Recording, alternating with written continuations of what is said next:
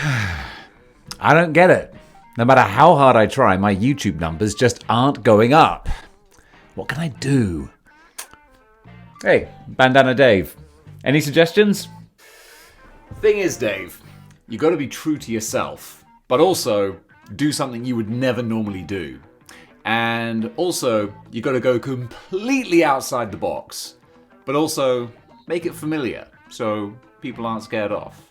So I need to be true to myself while doing something that I would never normally do, and be completely different, but also very familiar. Exactly. That's very helpful. Oh, what about you, first appearance, Dave? What do you reckon? Honestly, Dave, I have no idea. I just tried making a couple of YouTube videos to pass the time during lockdown. This thing has got way out of hand. You don't even sound like me anymore. Yeah, things have got pretty weird these last 3 years. Piggy! Piggy, what should Daddy do to get the numbers up on his channel? There is no such thing as a product. Don't ever think there is. There is only sex. Everything is sex. You understand that what I'm telling you is a universal truth. That's what this channel needs. Bit of sex appeal. And I know just which Dave variant to get.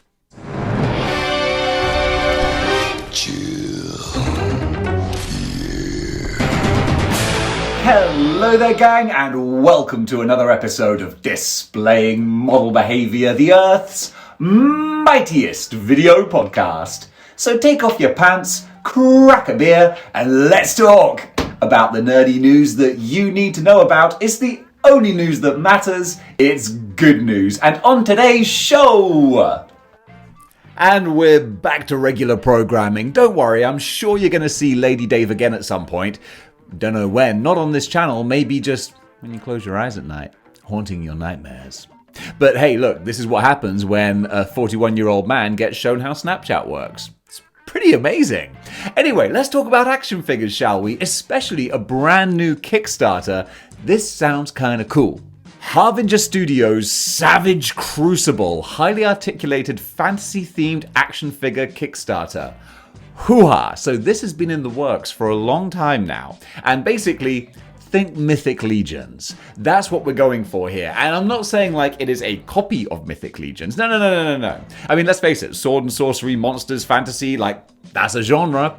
This is another example, and it looks like a good example. So I've included a link to the Kickstarter below. I got no dog in this race, but I just wanted to put it out there. I like supporting new projects. This looks like a very cool thing, especially with the designs. They do look kind of wicked, and a few prototypes have been sent out to a few YouTubers. I think Amazing has got one, and he's done a little video talking about, you know, what he makes of this new line. So that's kind of cool. And look, a big problem we've had in the action figure industry is that there's not enough different toy lines to spend our money on. So why the heck would we not want a brand new one? But honestly, I mean, these do look cool. I love, because it's not just orcs and wizards. It looks like they're getting creative with some of the monsters, and that's what I dig. That's what I dug about Mythic Legions. It's what I might dig about this. Am I gonna go in on it? No, I'm not going to, because it's just money and space, you know? But if you are someone who wants to get in on the ground floor with what looks like might be a pretty freaking cool action figure line, this is definitely going to be one to watch. So yeah, go check out the Kickstarter link for yourself and see what you make of it. Super 7 have revealed images of their new Cliff Burton Metallica Ultimates figure. And I'm not big on music. I couldn't recognize this dude. I know a lot of Metallica songs, mostly from pro wrestling, from the dizzying highs of Enter Sandman to the terrifying lows of Saint Anger. Saint Anger round my neck.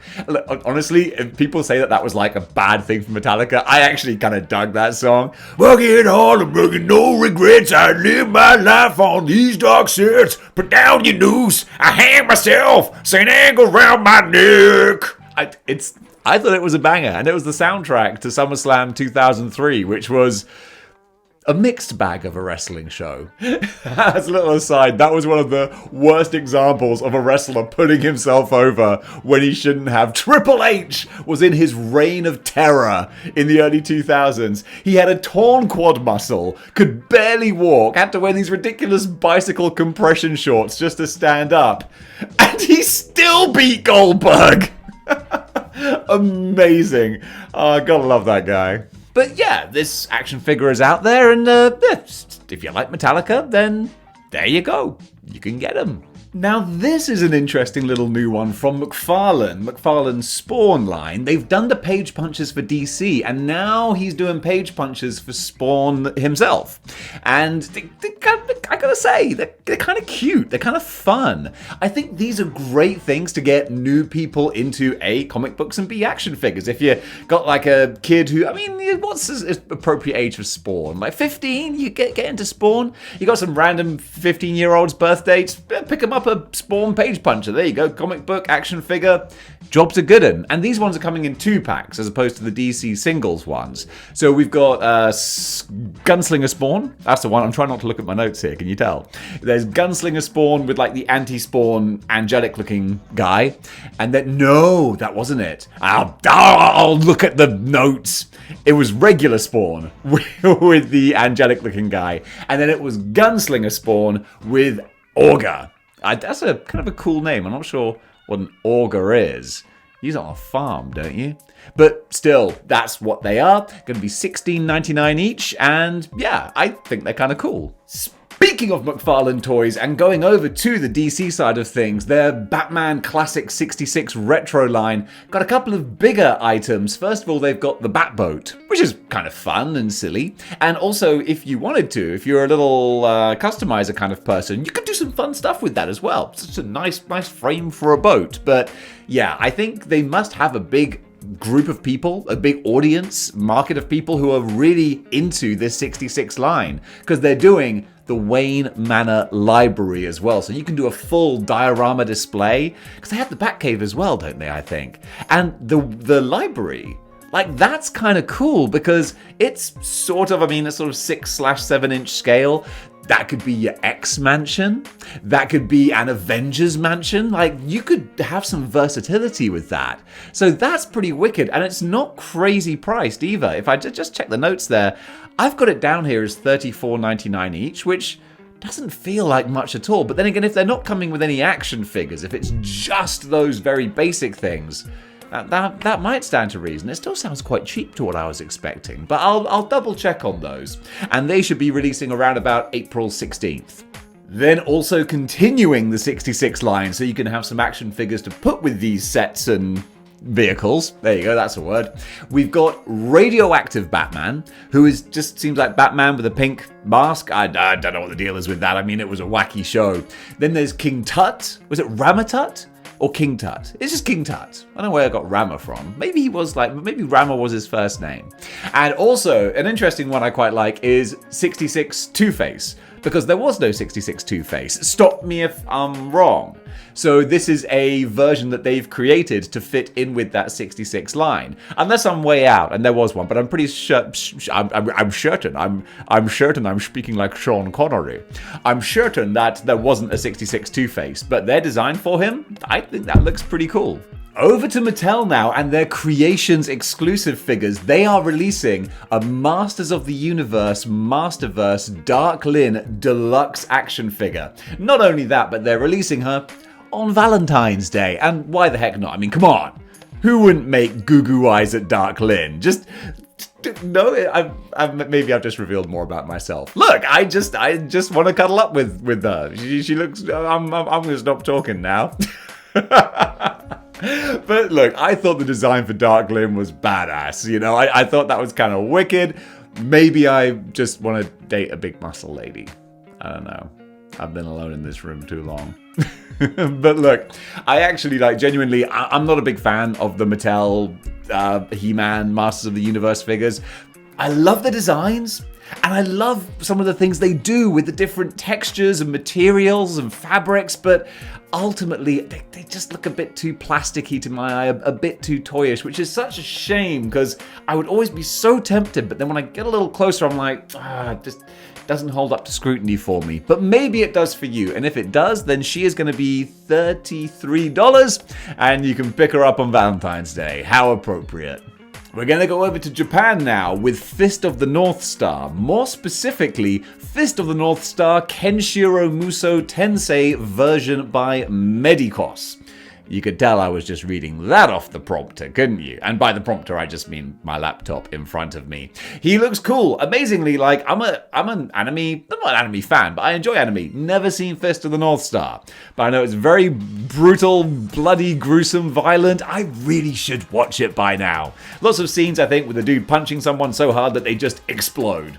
What's not to like? So let me give you some more of the details here. So the figure's going to be priced at about $72 in Japan, which it will be in yen, which is probably about, 8,000 yen. And in the US, it's going to be priced for about $100, which makes more sense, and should be released in August of next year. So you got a little while to save up for that one. Mezco are being very busy at the moment. They're releasing some previews and some new figures. First of all, there is a new variant on their Vapor character. So now you're getting the Mezco 1/12 Jackie Vaporoni Rumble Society Hoodlums King of the Block exclusive.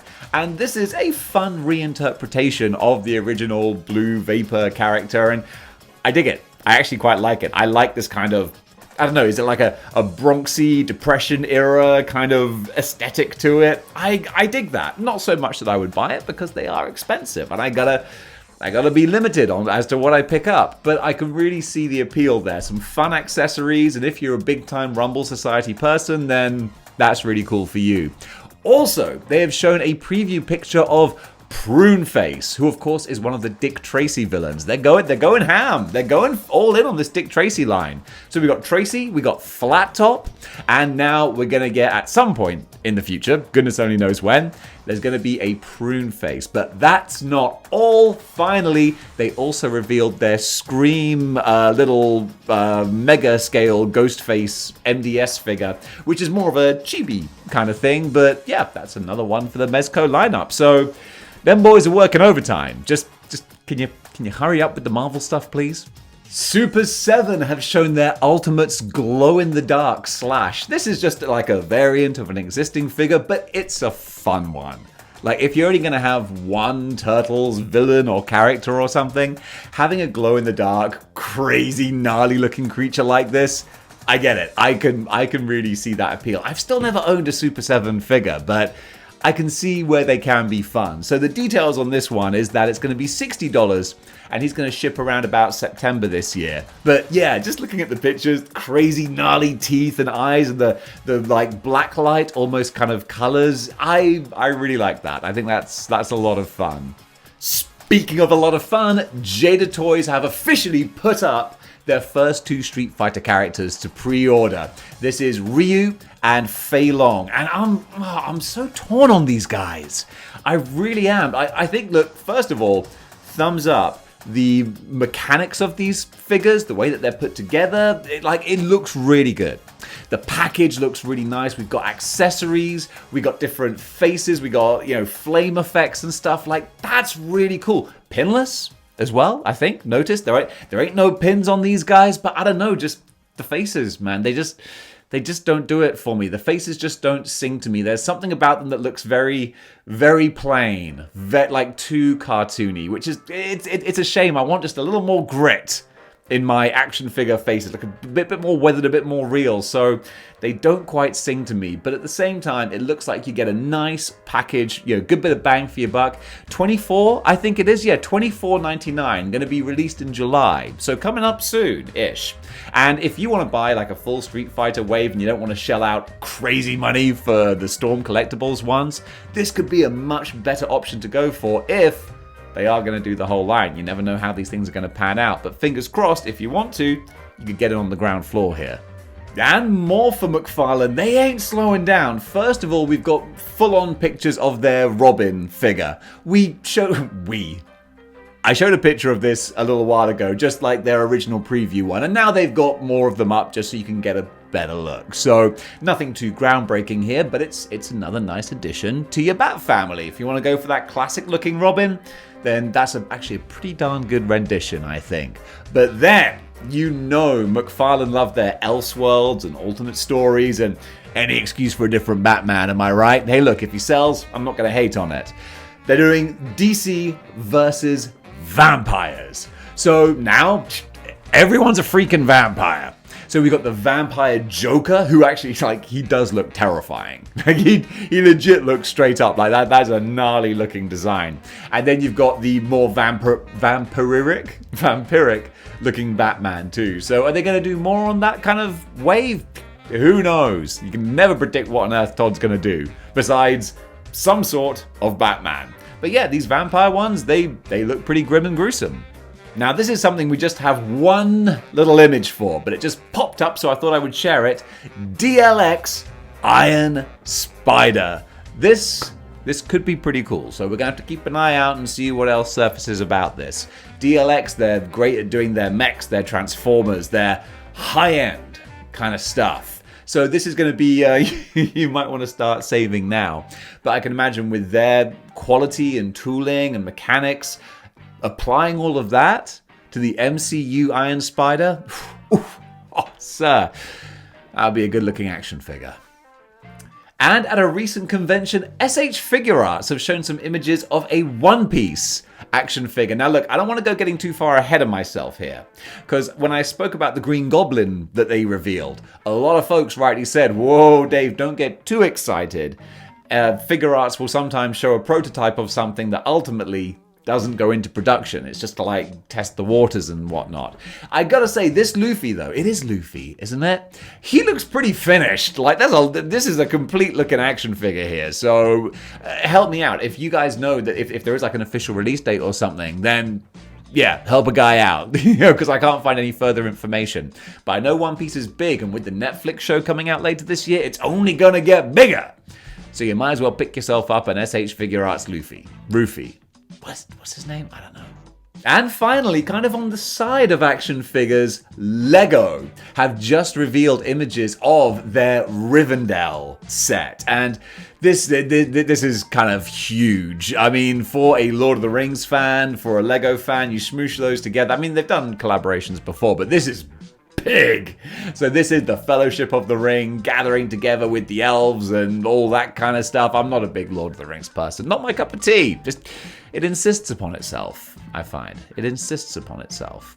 But it looks fantastic. If you're into that kind of Lego thing, you can see, like, I've dabbled. I've dipped my toe in Lego. And the thing is, I love the process of building the Lego. But then I'm like, now what?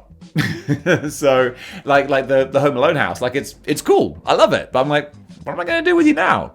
It's only Christmas for a short time of the year, so I'll figure something out. But for you hardcore Lego fans, yeah, this is going to be a big one. I think it's going to retail for about $500, which isn't surprising. It's a huge set, but yeah, there's going to be hours of enjoyment putting that thing together. Over in films and TV now, there is a new trailer out for Fast X, or Fast and the Furious 10, and it looks completely bonkers. And I haven't seen any Fast and the Furious movies, besides Hobbs and Shaw. So I think I need to just do a marathon. I think I need to do like 10 movies, 10 days, and just bust out all the Fast and the Furious movies, because it is kind of a cultural bit of nonsense, but it's a big thing. So this trailer has literally like everyone, to the point that it reminds me how much I hate trailers, that I'm like, well, there's literally no surprises. You've shown everyone who's ever been in a... They're all there, except for The Rock, from what I can see. I think there was always stories of Dwayne Johnson and Vin Diesel not getting along, and I think Dwayne might not be appearing in this one, but you know what? They've got enough people. So yeah, Fast X going to be hitting theaters relatively soon, and yeah, I've got a lot of movies to catch up on. Over on the Marvel side of things, but not Disney, this is a new Amazon show, and it is Spider-Man Noir. Of course, Sony, they've got the rights for the Spider family, and they are putting them to good use. So as of right now, there's really nothing else announced besides the fact that there is going to be a Spider-Man Noir TV show on Amazon. So it's probably going to have a pretty comfortable budget.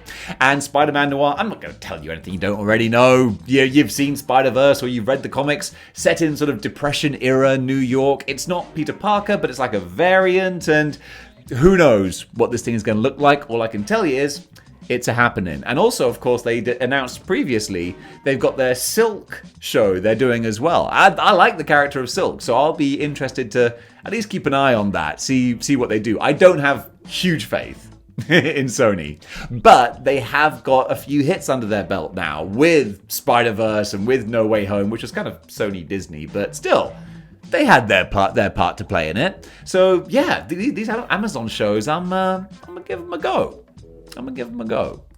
And if you're a Resident Evil fan, then look out this summer for Resident Evil Death Island. Sony announced that there's the new animated movie that's going to be coming out this summer, and yeah, the animated movies, like, they're sort of a subgenre unto themselves. I mean, I prefer them to the live action ones. At least they feel more like classic Resident Evil. So yeah, Resident Evil Death Island this summer, I will probably give that a watch. Over in comics, just a couple of cool little fun things I've seen pop up on the internet. Marvel are still doing their Aliens comics, which I think they've generally done a pretty decent job with. A lot of people were saying, oh, Marvel's got Aliens, they're going to make it all kiddie and rubbish. Nah, Aliens is pretty intense. It really is. And they've introduced this new kind of human xenomorph queen hybrid, which is pretty cool, mainly because it's based almost directly off of the H.R. Giger concept art that was originally drawn up for Aliens. When there was going to be talk about an alien queen in the movies, he put together this crazy looking, sleek, feminine sort of appearance, which then was kind of used in the Species movies. And apparently James Cameron, he didn't use that. He went his own direction and it was pretty badass. But later he did apparently apologize to H.R. Giger for not using his designs, because it's like, no disrespect, you come up with some awesome stuff, but we were going in a different direction. But Marvel were like, oh, well, we'll take these. And yeah, I like the look of it. It's just cool to see like a homage to the old stuff brought into the new, and it's badass design. This isn't like a alien evolution kind of thing. This is like science gone mad, DNA splicing and stuff. And yeah, it's cool. If you like a bit of body horror, then the modern Marvel Aliens comics, you could do a lot worse. A little interesting one now, I just wanted to point out because it's kind of fun, because I'm a big Disney kid at heart. There is a Scar miniseries that's coming out from, I've forgotten who's making it, but you'll be able to see because I'm showing you the images so you can see which company's making it. Sorry about that, that's not very professional. But it's coming out April 2023. And look, when I actually saw the headline, Disney to do Scar backstory, I was like, oh gosh, really? Can we milk these franchises anymore? But actually, in comic book form, why the heck not? It could actually be quite good fun. And I love The Lion King. That was always my favorite Disney movie. And doing more things on that property that aren't like live action remakes that I just don't think worked. I mean, come on. I mean, it worked that it made money. That's for darn sure. But yeah, a Scar prequel miniseries? Why the heck not? I think that's kind of fun. Over in pro wrestling, the annual Jericho Cruise took place recently, which was it's what it sounds like. Chris Jericho organizes a wrestling-themed cruise, and they have matches on the cruise ship, and honestly, it sounds like a lot of fun. I wouldn't be adverse to going on a Jericho cruise. If they invited me. I'm not going to pay. Do they have any idea who I think I am? But what's kind of fun was that for one night only, we had the tag team of Danhausen and Jerichohausen. And I just thought that was kind of fun and stupid. Chris Jericho has got a bit of a reputation of basically spotting and identifying what the top new thing is and latching onto it and arguably sort of taking a lot of that spotlight for himself. But you know what? It's kept him in the main event for the last 30 years. So he's doing something right. And it's not like he can't pull his weight when the bell rings. So yeah, for one night only, the sight of Danhausen and Jerichohausen, that just kind of tickled me. You know what else tickled me? The fact that on AEW Dynamite this week, MJF, the ultimate heel champion, I was about to say like a bad word there, but I tried not to, cut this promo where he basically told what was obviously a fictional story about how he actually framed a girlfriend of his for a drunk driving fatality or something. Like, it was a pretty crazy story, which was just to get himself over and explain just what an awful human being he is. That resulted in 300 phone calls to the Nassau Police Department of people who watched the show and said, hey, this guy just confessed to vehicular homicide live on air. You might want to go pick him up. Oh, you sweet summer child. I love the fact that in 2023, there are still folks who will watch a pro wrestling show and go, yo, I know most of that is fake, but I'm pretty sure that's real. And look, maybe there are times when that is the case, but not when someone confesses to vehicular homicide in the middle of a promo. Probably not legit. But still, apparently there was a statement from the Nassau Police Department saying, we're going to look into these calls. However, we do think at this point that it is part of a fictional TV program. Yeah, I think you're probably right. Over in video game news now, Legend of Zelda Tears of the Kingdom has a new trailer, a gameplay trailer that's come out. And honestly, it's got me some hype, but I'm not that, blown away because it just seems like more of Breath of the Wild. Which is fine. That's what I want. I want more Breath of the Wild. And that's what we're getting. So it doesn't look like any major, incredible technical overhauls. It's just a whole new story. New environments, new characters, new levels, new bosses, that's great. More of that, please. That's what I said when I finished playing the first one. I was like, I'm ready for some more. 3 or 4 years time. When you're ready, no rush, Nintendo. And they didn't rush. May 12th is when it's going to come out, I think. And when it does, you better believe I'll probably be getting it day and date, because that's one I'm really looking forward to. Over in Custom Corner, I don't do Custom Corners often, but occasionally I'll see something that I think, no, people need to see this. And just the other day on the Model Behaviour Facebook group, friend of the show, Piolo Soriano, I hope I pronounced your name correctly. Please let me know if I didn't, because I want to get it right. He showed this incredible Scarlet Spider custom that he's done, which he Mezcoified Scarlet Spider. I think it's the Renew Your Vows body, it looks like, but then with actual good looking cloth goods. Not looking like a baggy sock or pajamas or anything. This looks like a proper skin tight spider outfit, but then with the baggy sweatshirt. And dude, bro, seriously, incredible work. I didn't say that I was going to feature this on the show, but you know what? You put that kind of work out there, and I think it deserves a little bit of recognition. Because obviously, Ben Riley, Scarlet Spider, he's my guy. So when you make what is probably one of my dream figures, I love Ben Riley, love Mezco. Smoosh them together. That is the ultimate action figure. Bravo, man. 2 thumbs up, 5 stars, can of Coke, doff of the cap. That was fantastic work. And over in Cosplay Corner, a couple of corners here, that's what makes a room.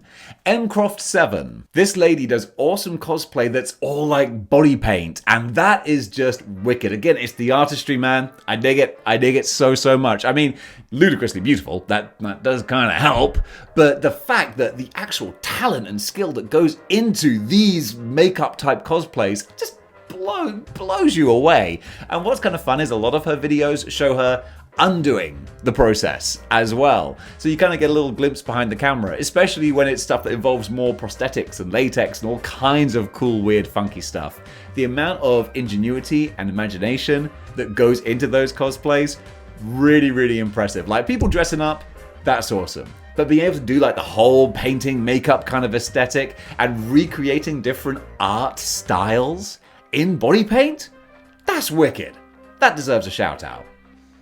And finally, pet goldfish commit credit card fraud on the Nintendo eShop. Yes, that wasn't something that I just randomly made up from a word doodle. So, this is what it was. There is a Japanese YouTuber who created this crazy system where he uses an eye camera and motion tracking to allow his fish to play video games. So he had this all set up where basically his pet fish would be swimming around their tank and the motion tracking would track their movements, which would then feed into Nintendo Switch console controls, which would then go into playing a Pokemon game. Whew! Okay, everyone with me so far? And bizarrely, just by pure luck and chance and happenstance, these fish have completed a previous Pokemon game. 3,000 hours it took, but with trial and, well, not trial and error, it's not like they were trying to, they were just swimming around and the basic control functions were inputting different things. So they did it! So he thought, I'm going to do it again with another Pokemon game. Problem was, that game crashed. And when it crashed, it went back out to the Nintendo menu, and then those fish committed credit card fraud.